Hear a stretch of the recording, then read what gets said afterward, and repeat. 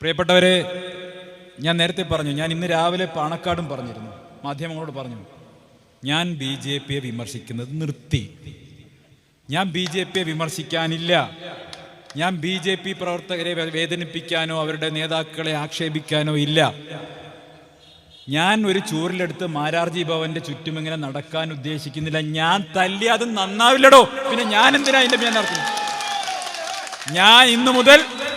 ഞാൻ ഇന്നലെ മുതൽ ഇന്ത്യൻ നാഷണൽ കോൺഗ്രസിന്റെ ഒരു പ്രവർത്തകനാണ്. ഇന്നലെ മുതൽ ഞാൻ പറയുന്ന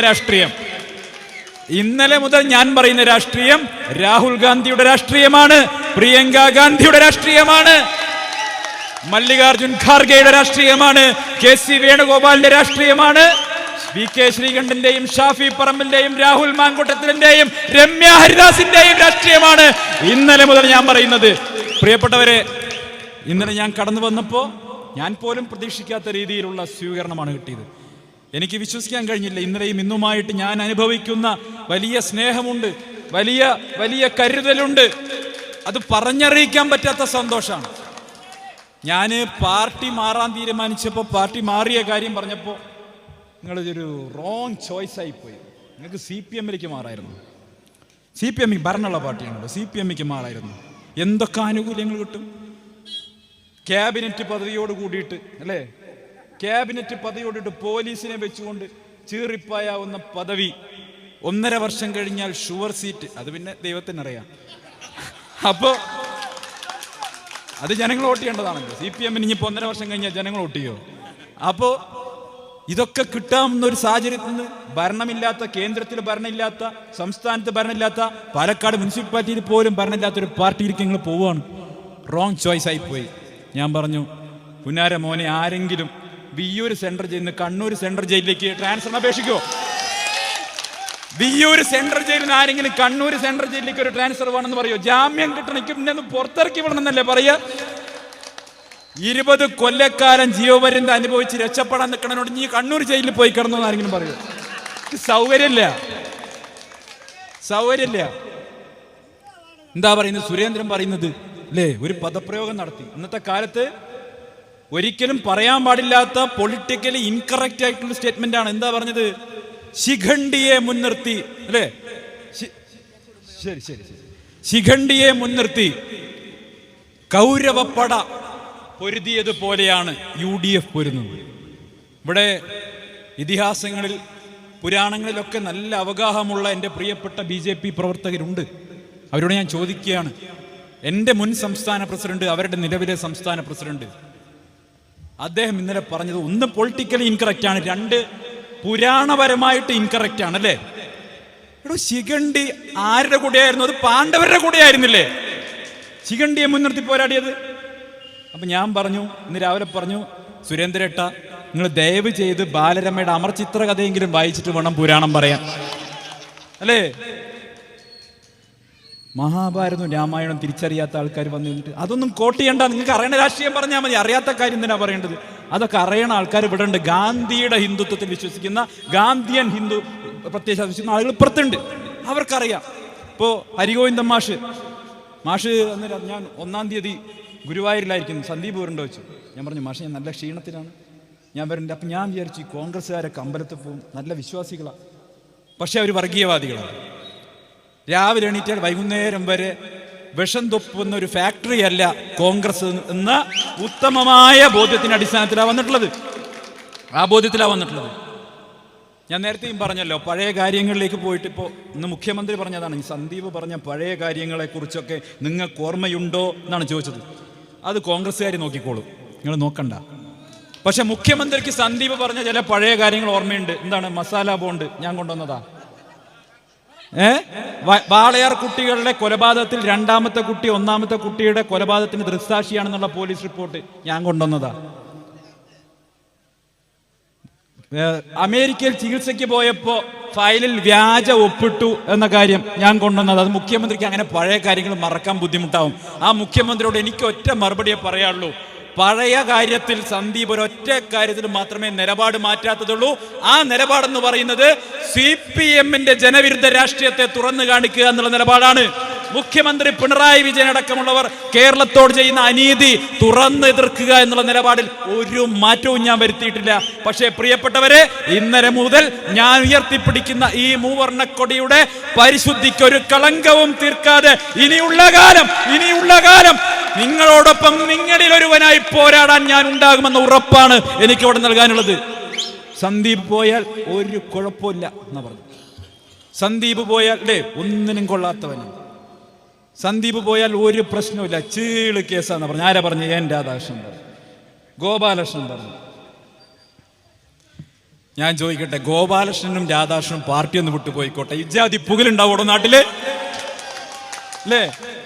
കഴിഞ്ഞ വേദിയിൽ ബഹുമാനപ്പെട്ട KC വേണുഗോപാൽ പറഞ്ഞു, രാഷ്ട്രീയ എതിരാളികളെ മുഴുവൻ ED യെയും IT യെയും വെച്ച് വേട്ടയാടുന്ന കാലാണ്. സന്ദീപ് വാര്യരുടെ വീട്ടിലേക്ക് IT വരുമോ ED വരുമോ എന്നുള്ള ഭയം ഞങ്ങൾക്കുണ്ടെന്ന് പറഞ്ഞു. ഞാൻ പറഞ്ഞു, എനിക്കാ പേടിയില്ല.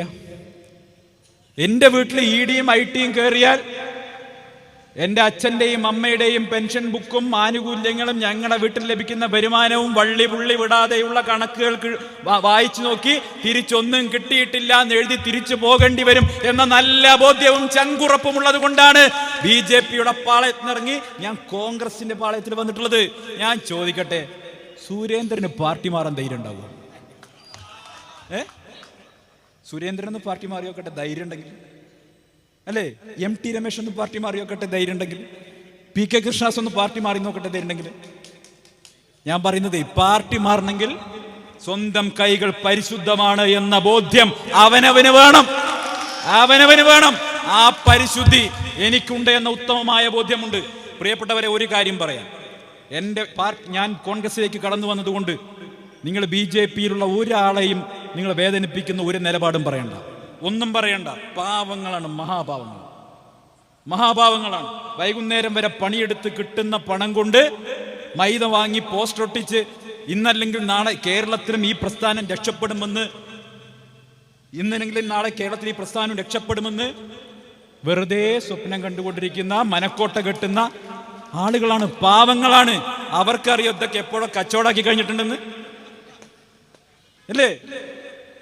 പാലക്കാട് ആരൊക്കെ തമ്മിലെ മത്സരം വലിയ നമ്മൾ കൂടുതൽ ഡെക്കറേറ്റ് ചെയ്യുന്നുകൊണ്ടാ. പാലക്കാട് സത്യം പറഞ്ഞാൽ രണ്ട് കൂട്ടർ തമ്മിലെ മത്സരം. ഒന്ന്, രാഹുൽ മാങ്കൂട്ടത്തിന്റെ നേതൃത്വത്തിൽ UDF മത്സരിക്കുന്ന സമയത്ത്, മറുവശത്ത് CPM BJP സഖ്യമാണ് മത്സരിക്കുന്നത്. CPM BJP സഖ്യം. ആലോചിച്ച് നോക്കി. ഇന്നലെ മുതൽ വരുന്ന പ്രസ്താവനകൾ കാണുമ്പോൾ ഈ രണ്ട് പ്രസ്താവനകൾ BJP ഓഫീസിലെ കമ്പ്യൂട്ടറിൽ ടൈപ്പ് ചെയ്തെടുക്കുന്ന പ്രസ്താവനകൾ കൃഷ്ണകുമാർ കുഞ്ഞിരാമൻ മന്ദിരത്തിൽ കൊണ്ടുപോയി കൊടുക്കും. രണ്ടു കൂട്ടർ ഒരുമിച്ചിട്ടാണ് പ്രസ്താവന, അല്ലേ? MP രാജേഷിന്റെയും സുരേന്ദ്രന്റെയും ഒക്കെ വാക്കുകൾക്ക് എന്താണ് യോജിപ്പ്? ബഹുമാനായിട്ടുള്ള മന്ത്രി MP രാജേഷും സുരേന്ദ്രനും ഒക്കെ പറയുന്നത് കേട്ടാൽ ഒരമ്മ പെറ്റ അടിയന്മാരാന്നപ്പോ തോന്നുന്നു. ഒരമ്മ പെറ്റ സലീംകുമാറിന്റെ പടത്തിൽ പറഞ്ഞില്ലേ, ഒരമ്മ പെറ്റ അടിയന്മാരെ പോലുള്ള നടപ്പാണ് ഇപ്പോ സന്ദീപ് വാര്യരെ എതിർക്കാൻ വേണ്ടിയിട്ട്. എന്തൊരു കഷ്ടം അത്! എന്നെ എതിർക്കാൻ വേണ്ടിയിട്ടെങ്കിലും നിങ്ങളൊന്ന് ഒരുമിച്ച് കണ്ടല്ലോ, അത് മതി. പ്രിയപ്പെട്ടവരെ, ഒരു കാര്യം പറയാം. ഈ രണ്ടു കൂട്ടരെയും പരസ്പരമുള്ള അഡ്ജസ്റ്റ്മെന്റ് നാടകം കേരളത്തിൽ അടുത്ത കാലത്താണ് പുറത്തു വന്നിട്ടുള്ളതെങ്കിലും പാലക്കാട്ടുകാർക്ക് അത് വളരെ നേരത്തെ തന്നെ അറിയാം. 77-ൽ സഖാവ് ശിവദാസ മേനോൻ മത്സരിക്കുമ്പോൾ ഗൗഡർ തിയേറ്ററിൽ LK അദ്വാനി വന്ന് അന്നത്തെ ശിവദാസ മേനോന്റെ തെരഞ്ഞെടുപ്പ് കൺവെൻഷൻ ഉദ്ഘാടനം ചെയ്തടക്കം 91-ൽ BJPക്കാരാ പിന്തുണത എന്ന് സ്വന്തം ലെറ്റർ പാഡിൽ അച്ചടിച്ച് BJP ഓഫീസിൽ കൊണ്ടുപോയി കൊടുത്ത് മുനിസിപ്പാലിറ്റി ഭരിക്കാൻ 5 വർഷത്തേക്ക് പിന്തുണ വാങ്ങിയതടക്കമുള്ള ചരിത്രം പരിശോധിച്ചാൽ പാലക്കാട്ടുകാർക്ക് ഇത് നേരത്തെ അറിയാം. നമ്മളൊക്കെ ഒന്നാണ്, അതെ. CPM-ഉം BJP-യും എല്ലാ കാലത്തും പാലക്കാട്ട് ഒന്നാണ്, കേരളത്തിലും ഇപ്പൊ ഒന്നാണ്. ഒരു സംശയവും ആ കാര്യത്തിൽ വേണ്ട. കണ്ണാടിയിലെ നെൽകർഷകന് അവൻ അർഹിക്കുന്ന പണം കിട്ടുന്നില്ലെങ്കിൽ അതിന്റെ ഉത്തരവാദി ആരാ? ഈ രണ്ടു കൂട്ടരുമല്ലേ? തുല്യ ഉത്തരവാദികളാണ്. അപ്പൊ അവർക്ക് ശിക്ഷ കൊടുക്കണ്ടേ? അവർക്ക് ശിക്ഷ കൊടുക്കണമെങ്കിൽ ഈ രണ്ട് കൂട്ടർക്കും എതിരായിട്ടുള്ള നിലപാട് ഈ തെരഞ്ഞെടുപ്പിൽ സ്വീകരിക്കണം. ഇപ്പോൾ പറയുന്നത്, സ്റ്റെതസ്കോപ്പ് വെച്ച് നോക്കിയാൽ പാലക്കാട്ടുകാരുടെ ഹൃദയസ്പന്ദനം അറിയാമെന്ന്. നല്ല വൈദ്യനാണെങ്കിൽ കൈകൊണ്ട് പിടിച്ചു നോക്കിയാലും മതി, അല്ലേ? നല്ല വൈദ്യനാണെങ്കിൽ കൈകൊണ്ട് പിടിച്ചു നോക്കിയാലും മതി. അതുകൊണ്ട് പ്രിയപ്പെട്ടവരെ, നമ്മുടെ നല്ല വൈദ്യൻ, പാലക്കാട്ടിന്റെ അസുഖങ്ങൾക്ക് നല്ല മരുന്ന് എഴുതി നൽകാൻ കഴിവുള്ള പ്രാപ്തിയുള്ള വൈദ്യൻ, അത് രാഹുൽ മാങ്കൂട്ടത്തിലാണ്. 20-ാം തീയതി 20-ാം തീയതി എല്ലാവരും പോയി കൈപ്പത്തി ചിഹ്നത്തിൽ വോട്ട് ചെയ്ത് നമ്മുടെ പ്രിയപ്പെട്ട രാഹുലിനെ വലിയ ഭൂരിപക്ഷത്തോടെ വിജയിപ്പിക്കണം. ഒരു സംശയവും വേണ്ട അല്ലേ? രാഹുൽ മാങ്കൂട്ടത്തിൽ ഷാഫി പോയാൽ പകരക്കാരനാരാന്ന് വെച്ചാൽ അത് രാഹുലാണ്. എന്താ സംശയമുള്ളത്? ഇവിടെ ഇപ്പോ നിരവധിയായിട്ടുള്ള കാര്യങ്ങൾ പാലക്കാട് മുനിസിപ്പാലിറ്റിയുമായി ബന്ധപ്പെട്ടൊക്കെ പറയണം. ഞാൻ അതിലേക്കൊന്നും കടക്കാൻ ആഗ്രഹിക്കുന്നത്. ഞാൻ പറഞ്ഞല്ലോ, ഇവർ നന്നാവാൻ ഉദ്ദേശമില്ല. കുറച്ച് 10 മാസം കഴിഞ്ഞാൽ ആ ഭരണവും താഴെ പോകും. പക്ഷെ പ്രിയപ്പെട്ടവരെ, ഈ നാടിൻ്റെ ഒരുമ, ഈ നാടിൻ്റെ ഐക്യം, ഈ നാടിൻ്റെ ഒത്തൊരുമ, ഇതെല്ലാം സംരക്ഷിക്കാൻ കഴിയുന്ന ഒരേ ഒരു പ്രസ്ഥാനം എന്ന് പറയുന്നത് ഇന്ത്യൻ നാഷണൽ കോൺഗ്രസ് ആണ്. ഇന്ത്യൻ നാഷണൽ കോൺഗ്രസ് നേതൃത്വം കൊടുക്കുന്ന ഐക്യ ജനാധിപത്യ മുന്നണിയാണ്. ഞാൻ പറഞ്ഞല്ലോ, ഇന്ന് കാലത്ത് പാണക്കാട് പോയ സമയത്ത് എനിക്കുണ്ടായ അത്യന്തം ഹൃദയത്തിൽ തട്ടുന്ന തരത്തിലുള്ള അനുഭവങ്ങൾ, ഒരുപാട് സന്തോഷം തോന്നിയ നിമിഷങ്ങൾ. ആ സന്തോഷങ്ങളെ കെടുത്താൻ ഇനി ഒരിക്കലും എൻ്റെ മനസ്സനുവദിക്കുന്നില്ല. അതുകൊണ്ട് പ്രിയപ്പെട്ടവരെ, നിങ്ങളോടൊപ്പം ഇനിയുള്ള നാളുണ്ടാകും. ഒരു കാര്യം കൂടി ഞാൻ പറയാൻ ആഗ്രഹിക്കുകയാണ്, കണ്ണാടിയിലെ ജനങ്ങളോട് പറയാൻ ആഗ്രഹിക്കുകയാണ്. ഈ പാലക്കാട് UDF വേണം. ഈ പാലക്കാട് UDF വേണം. ഈ പാലക്കാട് നിങ്ങൾ UDF തരില്ലേ? ഈ പാലക്കാട് ഞങ്ങളിങ്ങ് എടുക്കുക എന്ന് മാത്രം പറഞ്ഞുകൊണ്ട് ഞാൻ അവസാനിപ്പിക്കുന്നു. ജയ് ഹിന്ദ്.